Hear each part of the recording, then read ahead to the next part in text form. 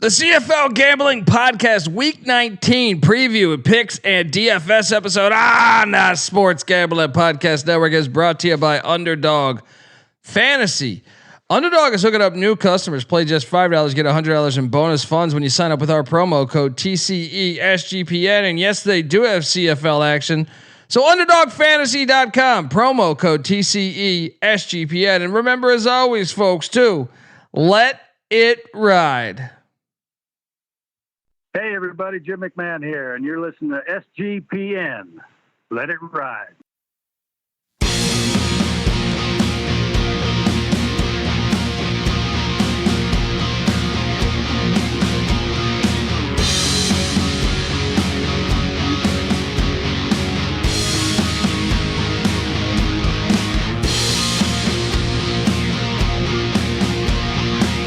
Welcome.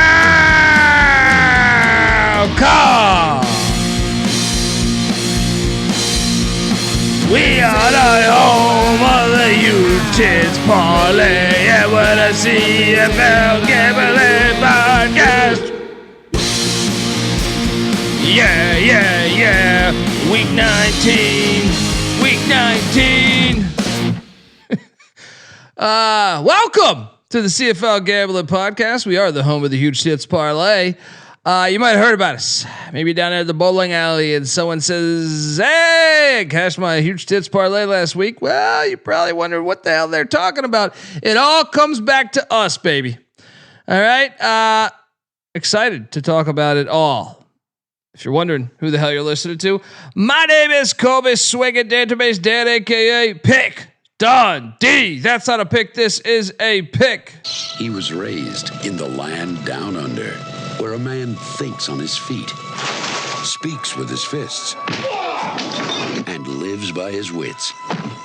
When Dundee happened, he was a superstar. Look out, just watch him go down to Buffalo. Oh no, it's a guy on a Buffalo. A guy on a Buffalo.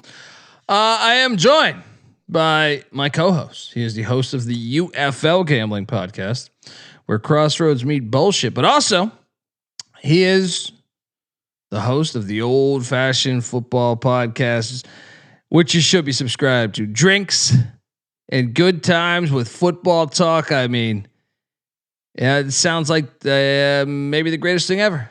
Maybe the greatest invention ever. Give it up for Justin Mark, a.k.a. No Turning Back J Mark. How are you, buddy? Doing good. Yeah, we've made some good money on Old Fashioned Football, giving out some of those bets. The wife always says, quit parlaying stuff. I can't when they keep hitting. It's not my fault.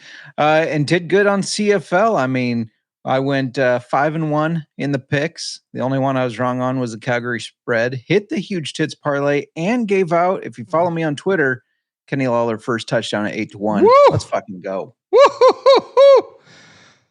I had a winning week, but I didn't have that good of a winning week. And your small tits keep bouncing. Yeah, I know. We talked about how they were little, but I said little are better than none. And yeah, we hit. So did you hear that? Did you hear that right there? I didn't hear that. Okay, that was my phone ringing. Must be someone calling 1-800-PICK Dundee for more CFL winners. Buddy, we are in week 19 of the glory that is the CFL. We have some news. Well, I guess I'll go game by game, but last week on Friday night, the Saskatchewan Roughriders went into filthy little Ottawa. How about Ottawa? Remember their win total was like 7.5. What was it? 8.5. 4-11. These Red Blacks are. Sorry, Rod Villagomez. We love you though, brother. The Roughriders trotted into town and won 20-13. Your thoughts? Yeah, I mean, I was on Saskatchewan in this one. I just thought Ottawa is done for. I don't know. I don't know what the answer is for them. New leadership, new quarterback. Maybe tackling. Just an idea. And when you practice football. Yeah. There's I don't know if you guys know this, but there's like 150, 60 year sample size of people living long lives. Yeah, and they tackled their whole life. They tackled for 40 years. All right, and they're still living that life. Last time I checked, Dick Butkus lived to 85, 83, something like that. Mike Singletary seems to be doing fine. Lawrence Taylor he's probably with some prostitutes and cocaine, but he's still doing fine. Health-wise, he's fine. I mean, we can go on and on. Pat Fisher, I mean, come on. We can go on and on and on about this. We're just overreacting. And no one overreacts quite like the Ottawa Red Blacks. So yeah, 20-13, they lose. They're done pretty much. Or I think that's official. They're done. The Hamilton TiCats 47, the Argos 29 in a critical game there on BMO Field. You got that one right. I was wrong for going with the greatest team in the franchise ever, the Toronto Argonauts. I mean, I'm not that shocked by it, but your thoughts? Yeah, I mean, I think it was over after Arbuckle just threw one pass and then was shut down. Jarrett Doge, as I call him, it's Daggy, I know, but the 4 interceptions, you just can't win games when you throw 4 interceptions. I know that sounds obvious, but you can't. And so they didn't stand a chance in this one. They're done. Stick a fork in them. Maybe next year. I think I have something for that. I believe first. You can't win. But also, that's what I expected. Also, Better luck next year. and then the third game. Remember, there's only 3 games last week. The Stamps. Well, they have continued their second half collapse as the BC Lions. It was not a revenge game for Vernon Adams because he must have had too much scattered ass there because he did not play amazing. Threw for 300, but three interceptions. BC Lions are red hot and getting close to playoff time. 38-24 final. Your thoughts? My thoughts are they're 5-1 right now to win the cup, and I placed a bet on them this morning. They look very good. I think they can do it. I think that they have the right pieces. We know Nathan Rourke is one of the better quarterbacks in this league. They can run the ball, whether it's Horvath or James Butler. They're able to run. Their defense has been better than I expected. So yeah, I mean, I think this didn't play out. I thought it would be close. I played both sides of the fence in this one. I said it's going to be close, but BC is going to win. I'm worried about Vernon Adams. He looks like he has regressed. Just making some dumb throws that he was not making earlier this year when they were on fire. Shout out to Paul. Should the Red Blacks fire Bob Dice and replace him with Mike Nolan? Yeah, I will say Mike Nolan would be a coaching upgrade. And I have a feeling Mike Nolan would say we should tackle in practice. Just an idea. Jerry Davis, you didn't even know we're still doing this. Have we hit a huge tits parlay yet? I mean, J Mark's got these titties bouncing all year. Me, it's been rough seas for Dundee. Maybe I'm too ambitious. Some say that. But I'm waiting for the playoffs, I think. Or today. There you go. Or today. We have 4 games this week, not 3, so that's exciting. But we should update the folks on what essentially. So we've talked about the outcomes. So Saskatchewan, the Roughriders, they have clinched the playoffs. That was no news. That happened weeks ago. But the BC Lions, with that win, have clinched a trip to the playoffs. Montreal, the Alouettes, in defeat. They didn't play in idle. They have clinched the playoffs. The Hamilton TiCats, with that win, have clinched the. Weren't they clinched before though? I think they were clinched last week.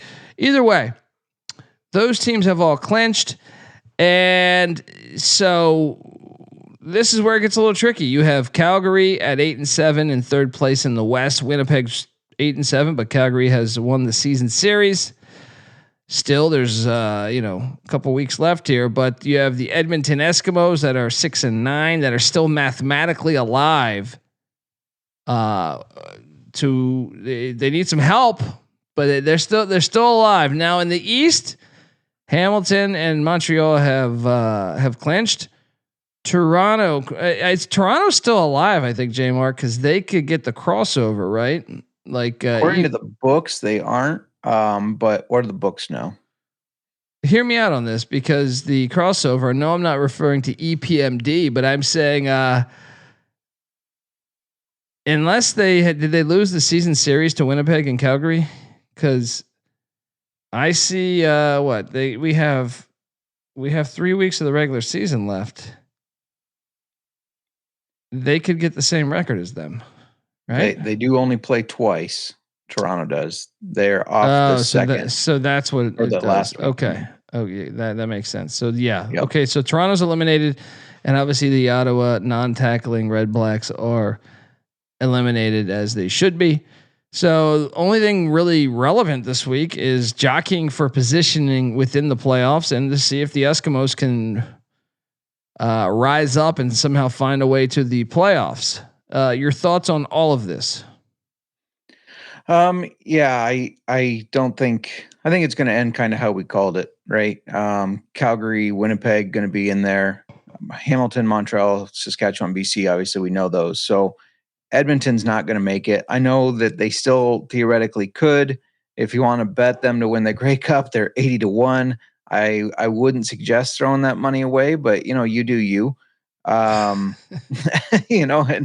just I did want to touch base on these prices real quick to get your thoughts. Saskatchewan Roughriders, the favorites at plus 270. Hamilton's 3-1. Montreal is plus 380. Calgary plus 470. BC 5-1. Winnipeg 13-1. Edmonton 80-1. I don't trust BC, but they are hot. The hottest team probably going into this, right? Yeah, if it was 3-1, 4-1, I wouldn't like it. But at 5-1, I can't help myself but put a little bit on it. I tend to. What was Montreal? Did you say there? Montreal's plus 380. Davis Alexander still has not lost a game. I was about to say, in that defense, like they've proven this before. I kind of think that is that's the one that would catch my eye the most, probably. Yeah. So right now I'm trying to figure this out again. So right now, because how does the crossover work again?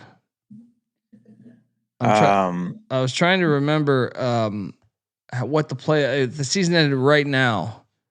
Winnipeg would be in the crossover game, correct? Correct. Yeah. So they take 3 from the West, 2 from the East, and then there's a crossover of whoever has the next best record. Okay, so it would be Winnipeg against Hamilton, correct? I believe so. Or would it be Montreal? Yeah, I was about to say. So Hamilton gets the bye week. Saskatchewan gets the bye week. Winnipeg plays at Montreal, and Calgary plays at BC. So that hard to beat a team twice. Yeah. Okay. Well, let's get to it. Disagree with that theory. It's hard to beat a team twice. Yeah, I was talking with Coach Damon Ware of the Albany Firebirds. I know it's arena ball, but he's still a coach. He's also a college coach. He said he never really understood that, because if he's beat a team once or twice, then they go in with the confidence that they can beat them again. Nothing really changes there. So from his coaching point of view, he disagreed. I thought that was interesting. I would just think you could do adjustments on the film, and it would be harder to execute the way you executed the first time. But then you adjust to the adjustment. I don't know. I see. I get what you're saying. Yeah.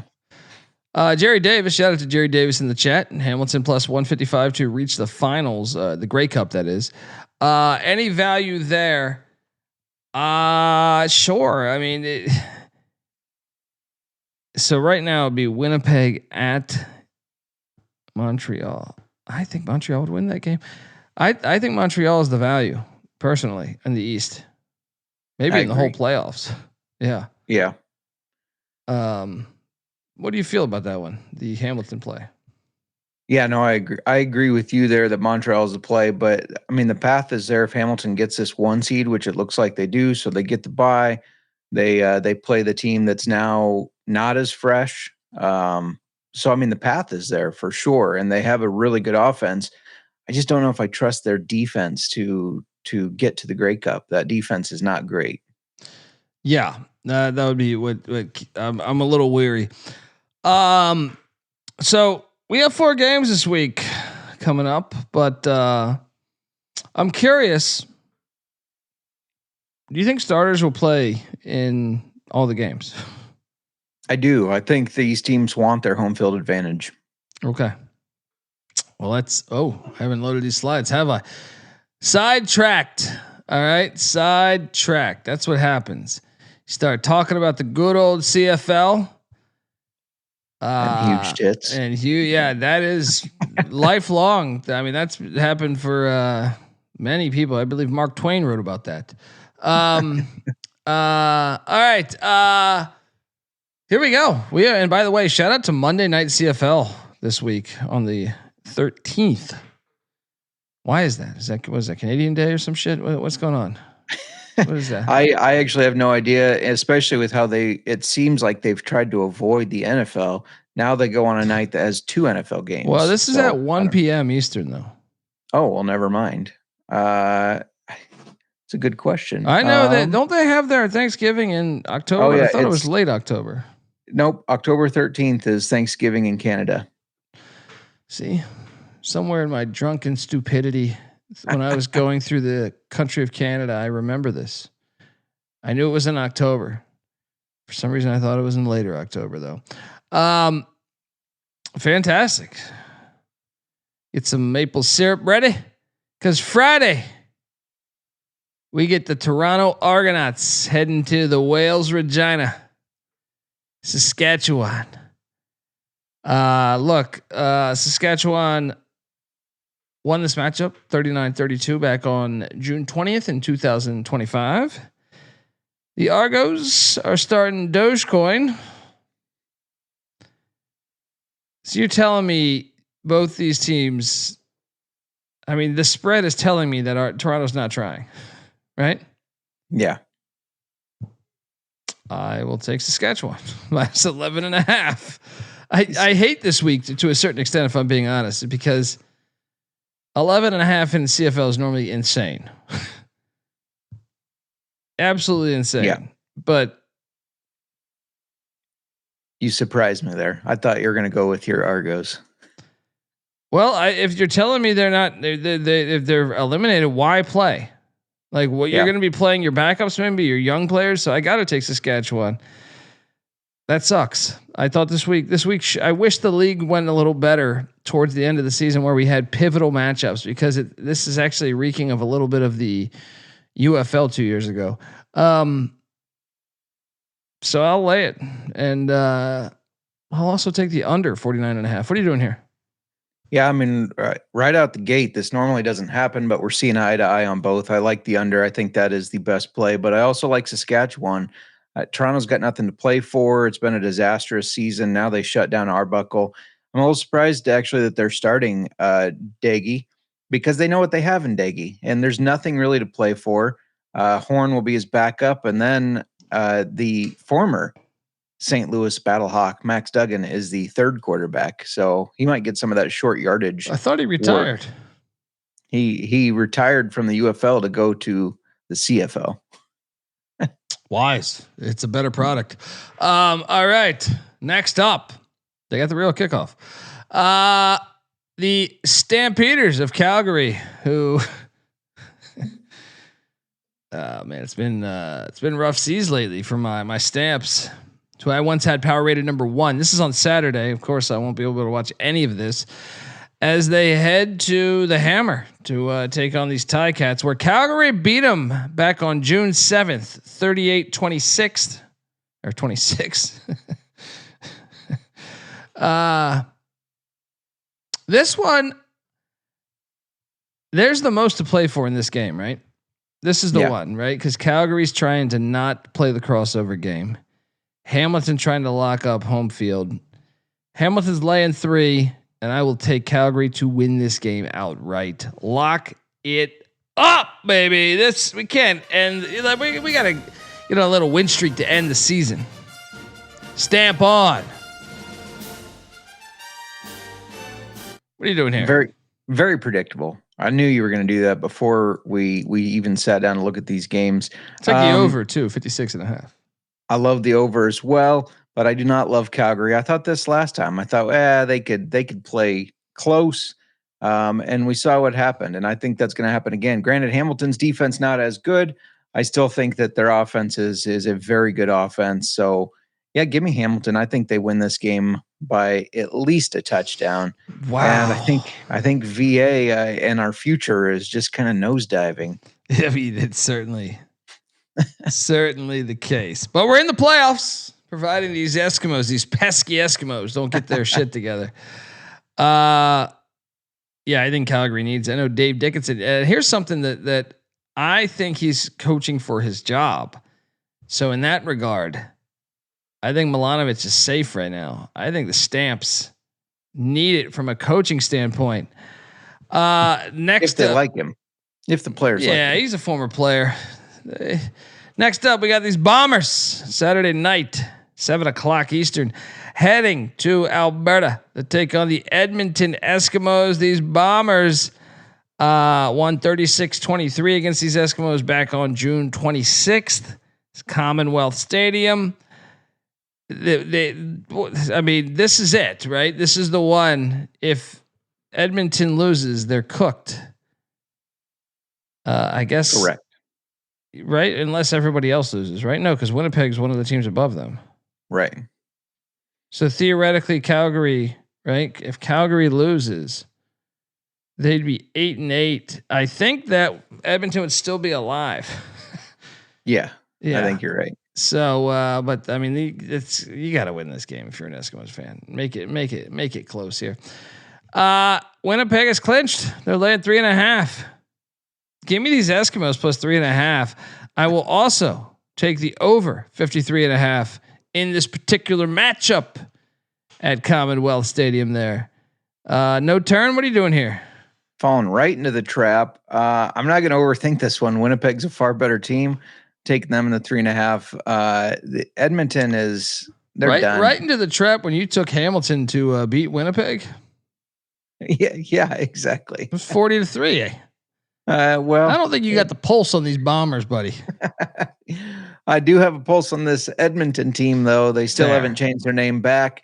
They showed a little life under Cody Fajardo, but that life quickly died out. They got to officially change their name. Then we'll talk. Give me Winnipeg, and I like the under in this game. That is true. When you piss off the football gods, people don't realize that that's actually legit. You know what I mean? Yeah. Like when you piss off the football gods, there's real validity to it. Notice how the Minnesota Vikings used to be a powerhouse. They pissed off the gods and they haven't won shit since. And that includes when they were 15-1 in the regular season. And Gary Anderson missed that field goal in 98. First missed field goal of the season for him. The gods came down. Monday Night Football or Monday Day Football. Pretty shitty game though. The Ottawa Red Blacks are heading to Montreal. Montreal playing for home field advantage. Ottawa playing. Are they going to tackle today? I don't know because they're already eliminated. Montreal's laying 13.5, and I will lay the 13.5. I will also take the under 51.5. Montreal wins something like 33-7. What are you doing here? They win like 48-7. We get that over, but yeah, Montreal's winning this game. Drew Brown, of course, also the other quarterback this week that is getting shut down for the rest of the season. So it'll be Dustin Crum, who has had some flashes here and there, of course, but his issue and the reason he's no longer their starter is consistency problems. Davis Alexander still has not lost a game. I think that keeps rolling and in a big way. So yeah, give me Montreal here. Fair. All right, folks, that's our slate. I want to tell you the CFL Gambling Podcast is part of the Sports Gambling Podcast Network, and the NHL is back, and so is the Hockey Gambling Podcast. Join Ryan and Joel as they break down the biggest games, storylines, awards, and best bets throughout the season. So let it slide. And check out the Hockey Gambling Podcast wherever you get your podcast. We're also brought to you by MyBookie.ag. MyBookie is your place to bet on football, and everything else. Their prop builder is second to none. Their motto is bet on anything, anywhere, anytime. You can easily deposit, get lightning fast payouts using crypto. So head on over to MyBookie.ag. And when you do, use our promo code TCESGPN for 100% bet back bonus up to $500 for new customers. That's MyBookie.ag. Promo code TCESGPN. We're also brought to you by NoVig. NoVig is America's #1 sports prediction market. And NoVig is, well, I mean, you're getting the best prices because they're an exchange. NoVig's available in 35 plus different U.S. states. Download the NoVig app and get $50 when you spend $5 if you use our promo code. And that is SGPN, that promo code. So get in on the action with NoVig. Promo code SGPN. Colby, I could be wrong. Maybe it's because of what we're getting to in the next part of this show, but I believe instead of best prices, you said breast prices. That's something we're working on. Moving forward, the breast prices, all available on the CFL Gambling Podcast. Look, and you know the transition here. It's very simple. We are a simple show, and well, we like to dabble in the huge tits market, which is out there. I don't know if you guys have noted this or noticed this. Either or works for my failure to speak sentences. But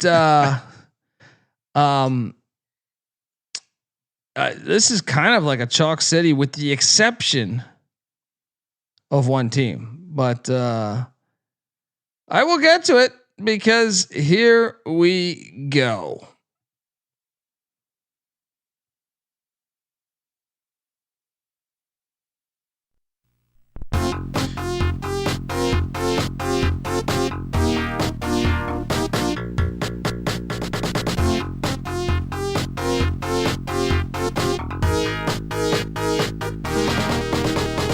Huge tits, huge tits. We are the home of the Huge Tits Parlay. Yeah. All right. For my Huge Tits Parlay, and we are, once again, I know this other guy likes to brag a lot, but we go for the glory. So we will take the Roughriders -11.5 parlay with the Montreal Alouettes -13.5 parlay with the Edmonton Eskimos +3.5 parlay with the Calgary Stampeders +130. You put $50 on that, you're bringing home $794.54. There you go. Pay off that air conditioning bill you haven't paid in months. J Mark.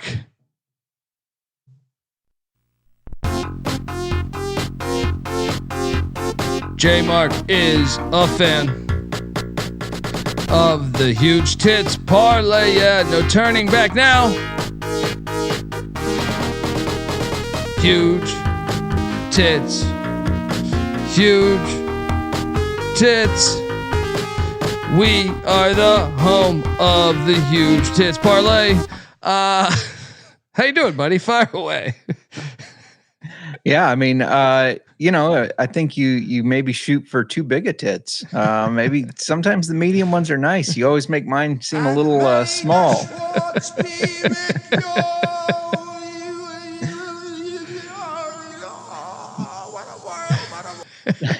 What are you doing here? Mine's pretty simple. I got Hamilton money line, Winnipeg money line, the Hamilton Calgary game over 56.5, and then that Ottawa Montreal over 51.5. So 2 money lines, 2 overs, and $50 will pay you $445.70.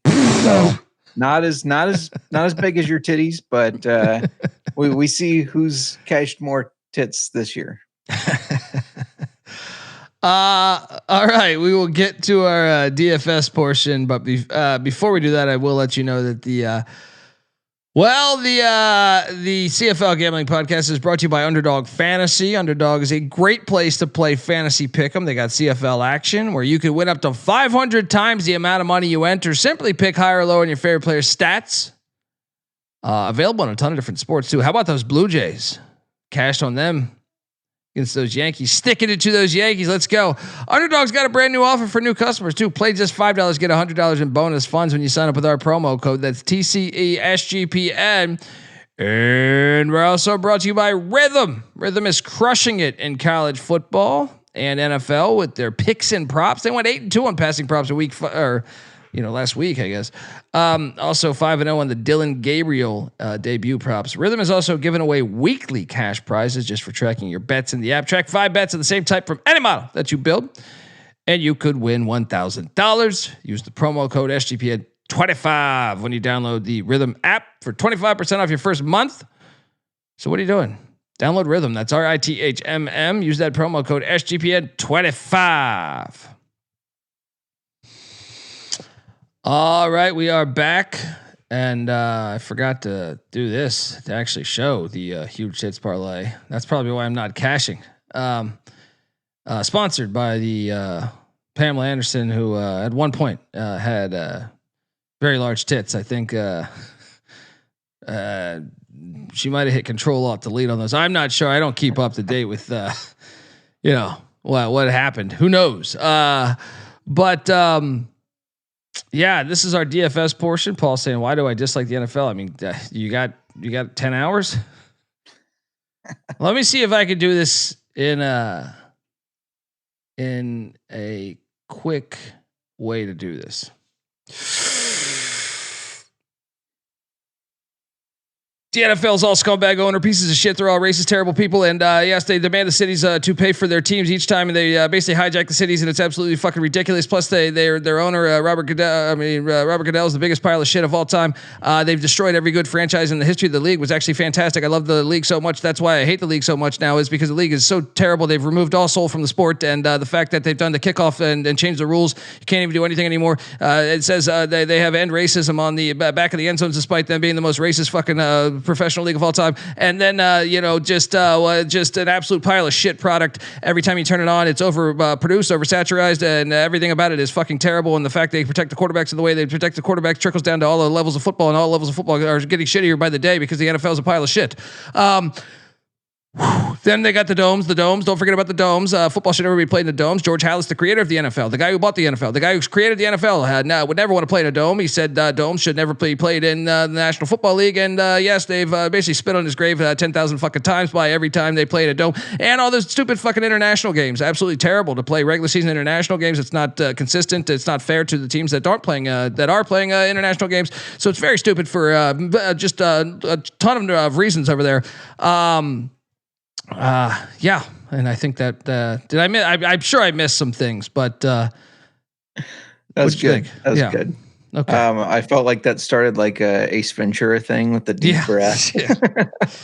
That's what I'm saying. They wouldn't even let Ventura do that now because the NFL rights. What were you gonna say? We're gonna have to clip that. That's gonna be a great video to put out there on the internets. It should be clipped, but I hope I answered that for you because I find it to be a really shitty product. But subscribe to J Mark's show. You got to remember, he's got conflict of interest. You know what I mean? If you don't like the NFL, you can come for the whiskey. That's true, and that'll never go away. By the way, right? You can make that outdoors. You can make that indoors. Doesn't matter. International. That thing just keeps kicking ass there. I guess I forgot to mention also the fact that there's no variance of offenses anymore. That's another element that I think is terrible about the NFL. The NFL I grew up with, you had many different franchises doing different approaches, which was captivating to me. You had the Houston Oilers doing the run and shoot shit. Detroit Lions also at one point started doing the run and shoot. And you would have, I remember when the Indianapolis Colts with Eric Dickerson under Ron Meyer were doing the wishbone in '87.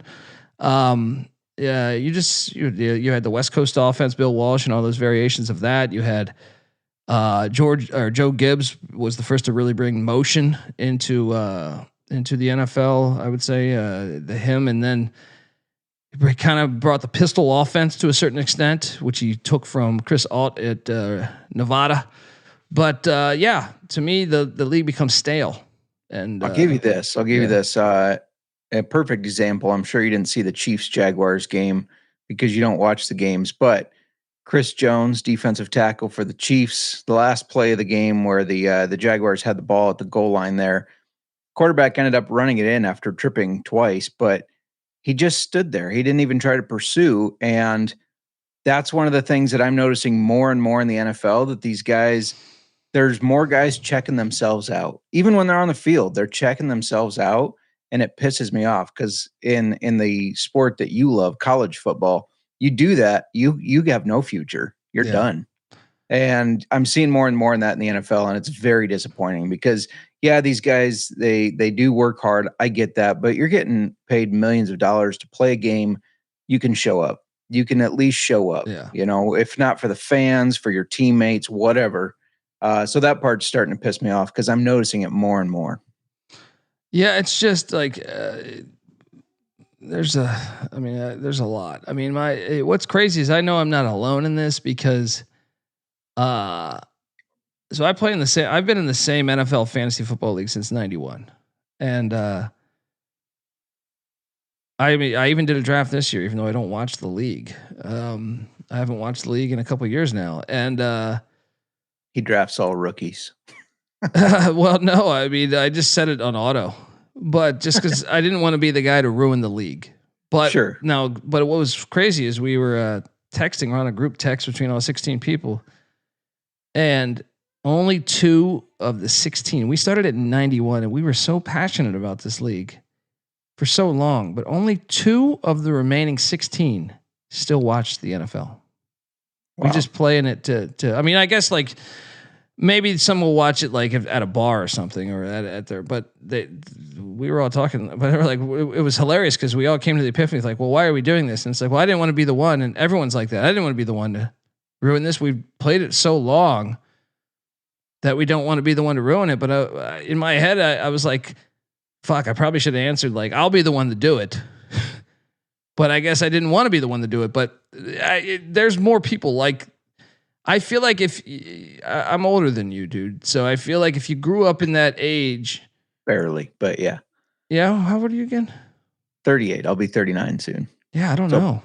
Barely. Like why, let me ask you then, what keeps it captivating for you? It's a good question. I mean, I am really into fantasy football and I'm very competitive in that sense, which drives my engagement. And, I am 38, almost 39, which means I did not see the Bears win the Super Bowl. I can't give up before they do. I got to go to unless I die first. I think you do with their stadium plans. But yeah, I don't know, man. I just feel like to me, like no product has gotten like the NBA has gotten worse, but I always thought the NBA was kind of bullshit even back in the 80s and 90s. Like the way the draft was with the draft lottery and like certain stars would get calls. So like it didn't hurt me that much when the game got worse. The NFL went from being like, to me, I think why I have such a strong hatred for it now is because I loved it so much then. You know what I mean? So it makes me just really despise the way it is now. And to me, Anyway, let's get to DFS. Good job derailing us there, Paul. Yeah, let's go. We're giving you extra minutes. But at the quarterback spot, first off, how did you find the DFS slate? I found it to be I don't have a lot of confidence in my DFS slate because of the complete kind of lack of how many teams are really going to be trying? Sure. How many backups could be in where you're expecting these teams to play somebody? It is tricky. You might be saying, "Hey, we got this guy. He's at the end of his 1-year contract as a rookie, or 2-year contract as a second-year vet. Let's get him in there." I think for DFS, it makes it incredibly challenging for the upcoming week. Probably the hardest it's been all year. Maybe with the exception of week 1, I guess some would say, but I don't think so. I went with Davis Alexander because I think Montreal does want to clinch. And I think as a guy that's been injured, you want to get as many reps as you can. So give me Davis Alexander at 8,900. I did the exact same thing because again, they want to win. They're going against an Ottawa team that can't tackle. It's not very good on defense, and he's won every game that he has started and finished. I think he wants to keep that going. They're going to play hard, and he's a true dual threat guy. CFL doesn't have a ton of those right now as starting quarterbacks, but Davis Alexander absolutely one. He can run the ball very well. He can pass well. So yeah, I think at 8,900, he's a great value. Yeah. At running back, I went with AJ Alouette. Saskatchewan wants to lock up home field, and I also just think Toronto's defense is terrible. I know there's a shot. Like honestly, if I'm Saskatchewan, this is what makes it tricky. If you're up 14 in the first quarter, you probably don't play them the rest of the game. You know what I mean? Like you probably don't. Where's that threshold, you think, J Mark, as far as like being smart, but yet also locking up home field? Yeah, no, I think it's at halftime. If you're up by quite a bit at half, you sit your guys. You just gotta, from a DFS standpoint, for me, you gotta hope that your guys have put up enough points by that point that it's fine for your lineup. Yeah, it's tricky. Who'd you go with at the running back spot? Yeah, no, I think Owlette's a great selection. I went with another guy who's a running back with the last name that starts with O, and one of those guys that we feel like we can count on, and that's Brady Oliveira. He's 8,900, and Winnipeg, I mean, they like to run the ball. And if you look at his last 5, 19.1, 13, 22.1, 12.2, 15.4, he's just involved in every game. So I felt like that was a solid baseline for me. Edmonton may be a little spunky because they got to play. So Winnipeg's got to keep their foot on the gas and push them around, and Oliveira will do that. Yeah. Wide receiver wise, my highest price wide, I went with 4. Did you go with 4? I did. My highest priced wideout is Khalil Pimpleton. Actually, why am I doing Khalil Pimpleton? Ottawa's not going to pass the ball. Let me change this. Midel signs are good. Kevin Midel will be my wide receiver for the Toronto Argonauts as they head to Saskatchewan. They're going to be trailing most of the game. They'll be passing it, flipping it around. Did you, Ross? You're not trusting Dustin Crum, but you're trusting Dogecoin. Well, Dustin Crum, I don't even think they really commit to passing the ball much. That's fair. And where I feel like Toronto, like I think they might actually want to get some reps for Doge to see if they want to bring him back next year. Yeah, that's fair. I did not roster Kevin Midel. I didn't roster any of those filthy Argonaut players. My highest priced guy is actually an Edmonton wide receiver. Never a good sign, but it's 7,300. Keon Julian Grant. He's been very solid for them. 3 of the last 4 games, double-digit fantasy points. So if they want to stay competitive, I think they have to have KJG involved. You were always a big fan of the KGB, weren't you? KJG. I remember you telling me when you came out to LA and you had a few drinks. You said, "You know what? You know who I always loved?" And I was like, I thought he was going to say like, Jim McMahon or some shit. And he goes, "I always loved the KGB." And I was like, I thought you meant the defensive end for the Packers from San Diego State. I was like, so I was like, well, that's weird. A Bears fan would have a favorite player from a Packer. And he goes, "No, the real KGB. Big fan of them." That's nice of you, man. Yeah, they got a big following in Iowa. I've heard that they're coming back around. Waterloo is a absolute haven for I've been there. I believe it. For KGB. That's Waterloo, Iowa, folks. You go there. All right. You better watch out. Watch who you're talking to. You better be speaking. If you go to a cocktail bar in Waterloo. You better you're gonna look like fucking John Gruden or something talking into it. So yeah, I'm over here. And all team Gruden, by the way. Again, I can't wait. I hope he exposes all that shit. Wide receiver wise, besides Kevin, vital signs are good. I'm going with Tim Snow White for the Hamilton TiCats. That offense, magnificent. 7,600. So Tim Snow White is the play. I like it. I almost went with him. I changed last minute to a Calgary receiver and Jalen Philpott. If they want to, this is another one where if they want to stay competitive, they got to have him involved. He's been very solid, especially the past couple games where he's had 7 catches in each, 64 yards and 71 yards. He had a touchdown on one of them. So yeah, give me Jalen Philpott. I thought about rostering Philpott because I love gold, but no, I really did think about rostering him just because I think there's gonna be a lot of scoring in that game. Taking you back to the Eskimos. Curly Gittins at 6,500. I expect the Eskimos to give them all they can handle. Little bourbon battle then. Oh yeah. Yeah. Let's go. What happened last week, J Mark? Yeah, you beat me last week. Now, some may say I was a little generous, taking a much lower priced wide receiver against your receiver. I eat pieces of shit for breakfast. All right.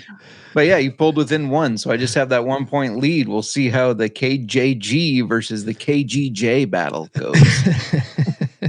Winner has to buy the bourbon in Waterloo. Next up, I'm going to. Nothing is over. Nothing. You just don't turn it off. That's Charleston John J. Rambo, receiver for the Montreal Alouettes. 5,600. Him and Davis Alexander have a strong connection. They probably tag teamed a few broads there at the old Eiffel Tower in Montreal. Hey, it works. They speak French. But what do you? Who's your final wideout? That probably happened while they were listening to our podcast at that party. That was the greatest party of all time. You skipped one of mine. You went KGJ right to Rambo. So I'll give out my last 2, which Rambo is one of them. So we'll just gloss over that. I have Rambo as well. It's a great call. And then my other wideout from Winnipeg is Keurig Wheatfall. He's questionable, but he's been a full participant. He is back, it sounds like. And that's a young guy that when he's been healthy, he's been very productive. So I think they're going to get him back on the field and want to get him moving and get him involved. So yeah, give me Keurig Wheatfall. He's 6,800. Watched him in college. Baller. That brings us to the mighty defense. And which I picked first. That was the first thing I picked. You've changed your style. You've been changing your style. Would you have a couple losers in DFS a few weeks in a row? What made you come to this? I just knew the radical defense change. I wanted. Okay. I knew the defense I wanted. I wanted to fade their quarterback. So I wanted to make sure I had the cash for them. You all-American son of a bitch. All right. I'm going with the Edmonton Eskimos. 3,900. Winnipeg's offense. You never know when it's going to show up. I'm going to count on it to not show up as they make that trip into Eskimo country. So 3,900. The Eskimos. I didn't have much money to get much better, so I think this was the best of the shitty teams available. Your thoughts? I'm sorry. Your defense. Your thoughts. Yeah, I don't need your thoughts because I'm taking you down. All right. Fair enough. I'm fading the Dogecoin. 4 interceptions last week. Now he goes against the best defense in Saskatchewan Roughriders. They're 4,500. They're the most expensive, but that's why I picked them first. I wanted to make sure I had the cash to fade Toronto. All right, and that does it. And yeah, folks, that's our show. The college football experience will be live tonight, but the CFL Gambling Podcast will be back next week. Remember, we got that Monday game too.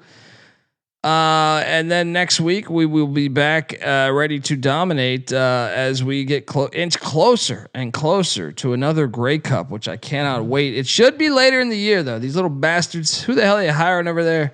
Pushing up the season a week early. All right, what are we doing? Anyway,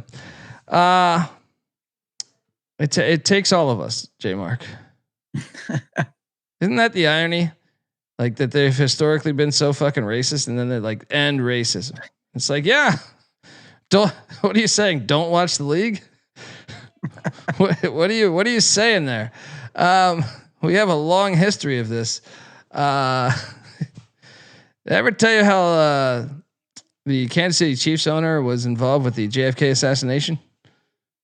What? I shit you not. I shit you not. Do a deep dive on that. Talk to me later. All right, I will. All right. They were. He was. Well, just do a deep dive on it. Then get back to me.